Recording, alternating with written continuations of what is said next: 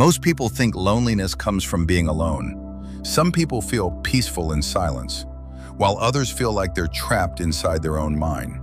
Some people can sit alone in a quiet room with no phone, no noise, no distractions, and feel completely peaceful, while others feel restless after just a few minutes.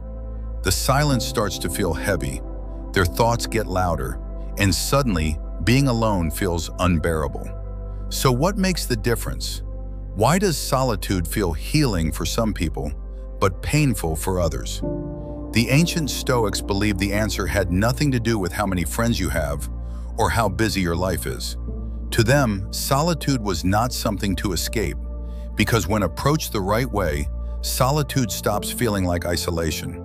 It becomes clarity. It becomes recovery. And sometimes, in this video, we're going to explore the Stoic way of being alone without feeling lonely. You'll learn the crucial difference between loneliness and solitude, how your inner dialogue shapes your emotional experience, and how quiet moments, the ones most people try to avoid, can actually become a form of medicine for the mind. But first, we need to understand something that most people get completely wrong about being alone. 1. Loneliness versus solitude. There is an important difference most people never learn. They think being alone automatically means loneliness, but the Stoics saw these as two completely different experiences. It is the feeling that something is missing, a sense of emotional emptiness, a quiet belief that you are somehow disconnected from the world. You can feel this even in a crowded room. They sit with friends, scroll through messages, talk all day, and yet a strange emptiness follows them everywhere.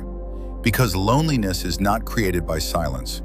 Solitude, on the other hand, is something very different. Solitude is not about isolation. It is the ability to sit with yourself without feeling the need to escape, without immediately reaching for noise, for distractions, for someone else to fill the space. The Stoics believed this was an essential skill for a stable mind. The philosopher Seneca once warned that a person who cannot spend time with themselves is carrying their problems everywhere they go. Because if your own thoughts make you uncomfortable, sooner or later the noise fades. And when it does, you are left alone with the one voice that never leaves you.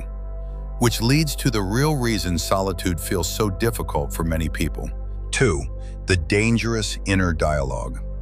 The moment external noise disappears, something else often takes its place. At first it seems harmless. A memory appears, a small regret, something awkward you said years ago. Maybe you've experienced something like this.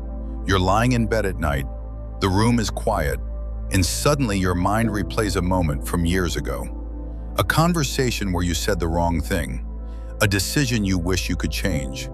At the time, it seems small, but in the silence, your mind turns it into something much bigger. You replay the scene again and again, as if thinking about it long enough might somehow rewrite the past. It only keeps the mind trapped in a loop that leads nowhere. Then another thought follows, and another.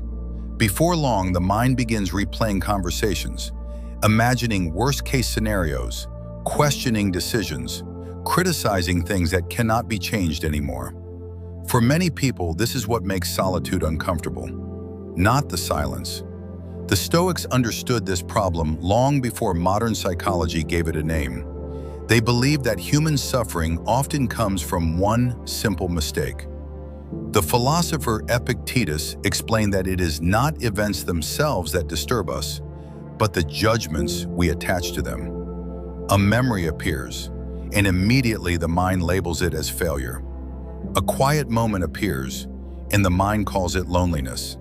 They are not facts. More often, it is the presence of an untrained mind. Most of them are simply mental noise. Untrained minds chase every thought that appears. They argue with it. They believe it. They build entire emotional storms around it. Stoic practice was different. Instead of fighting thoughts, a thought appears. And instead of reacting immediately, you simply notice it. Like watching clouds move across the sky, it comes, it passes, and the silence returns. This small shift changes the entire experience of being alone. Because once you stop treating every thought as an emergency, it becomes something else, something calmer, something surprisingly restorative. And this is exactly why the Stoics didn't run away from quiet moments. They deliberately practiced them because they knew that when used correctly, and there were a few simple practices they used to make that happen. 3. Stoic practices that turn solitude into peace.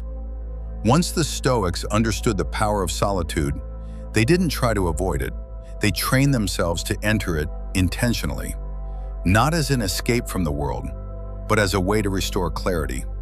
Over time, they developed a few simple practices that transformed quiet moments into something deeply nourishing. Imagine someone taking a slow walk early in the morning. No headphones, no phone, just the quiet sound of footsteps and the air moving through the trees. At first, the mind is still busy. Thoughts about work, old conversations, things that need to be done. But after a few minutes, something subtle begins to change. The mind stops chasing every thought. Attention slowly returns to the present moment. The sound of the wind, the rhythm of breathing, the feeling of simply being there.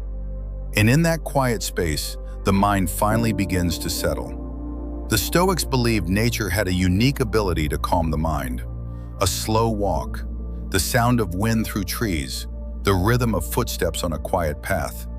These moments gently pull the mind away from endless thinking. Instead of being trapped inside your thoughts, your attention returns to something simple and real.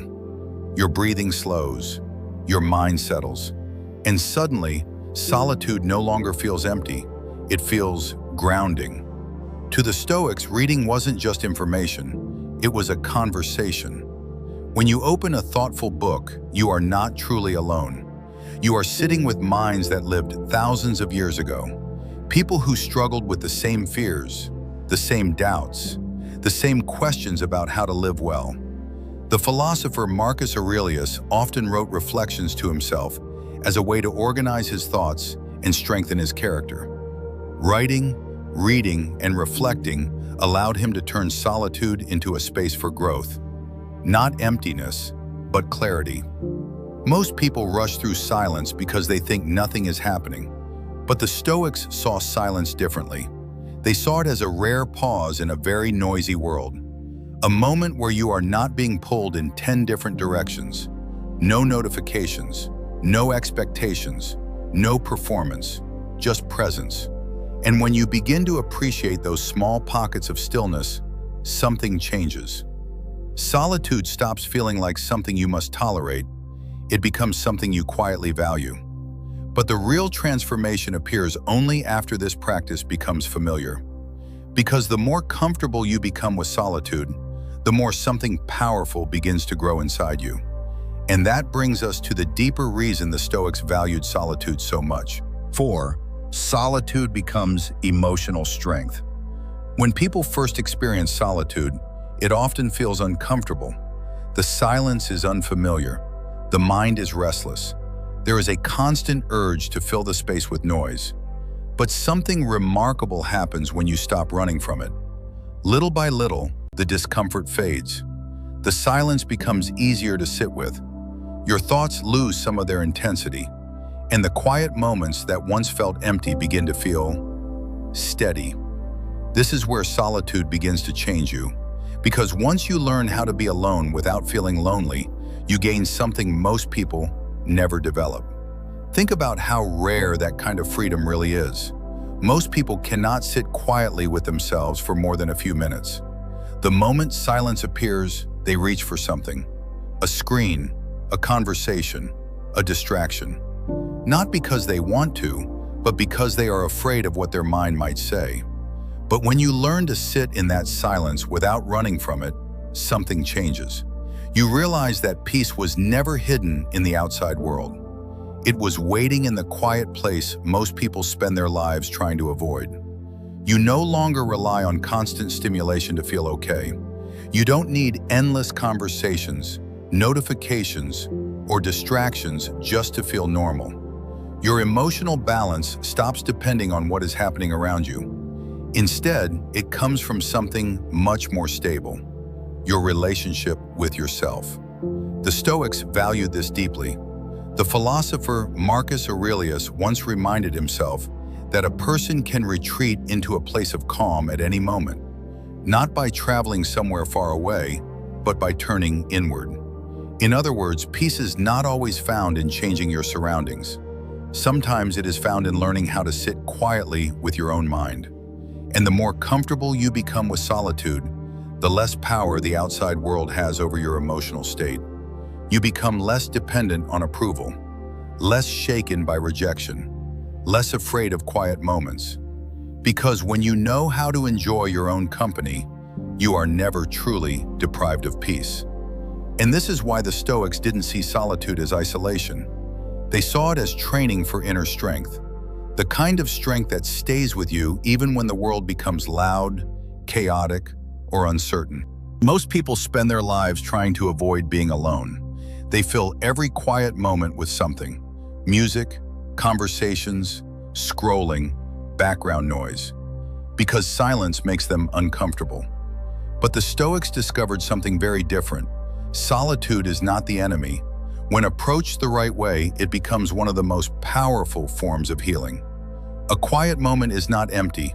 It is a space where your mind can finally slow down, where you can step back from the noise of the world and hear your own thoughts more clearly, where reflection replaces distraction, where presence replaces pressure. And over time, something subtle begins to change. Solitude stops feeling like isolation. It starts to feel like freedom. Freedom from constant validation. Freedom from the need to always be entertained. Freedom from the fear of being by yourself. Because when you learn to enjoy your own company, you are no longer dependent on the crowd to feel whole. And that is a quiet kind of strength very few people ever develop. So the next time you find yourself alone, don't rush to fill the silence. Sit with it for a moment. Notice your thoughts. Notice your breathing. Notice the stillness around you. You might discover that the peace you were searching for outside the whole time was quietly waiting for you there all along. And now I'm curious about something. Do you enjoy spending time alone, or does solitude sometimes make you uncomfortable? Let me know in the comments. And if you enjoy exploring how ancient Stoic ideas can bring more clarity and calm into modern life, consider subscribing for the next video. There's much more to learn.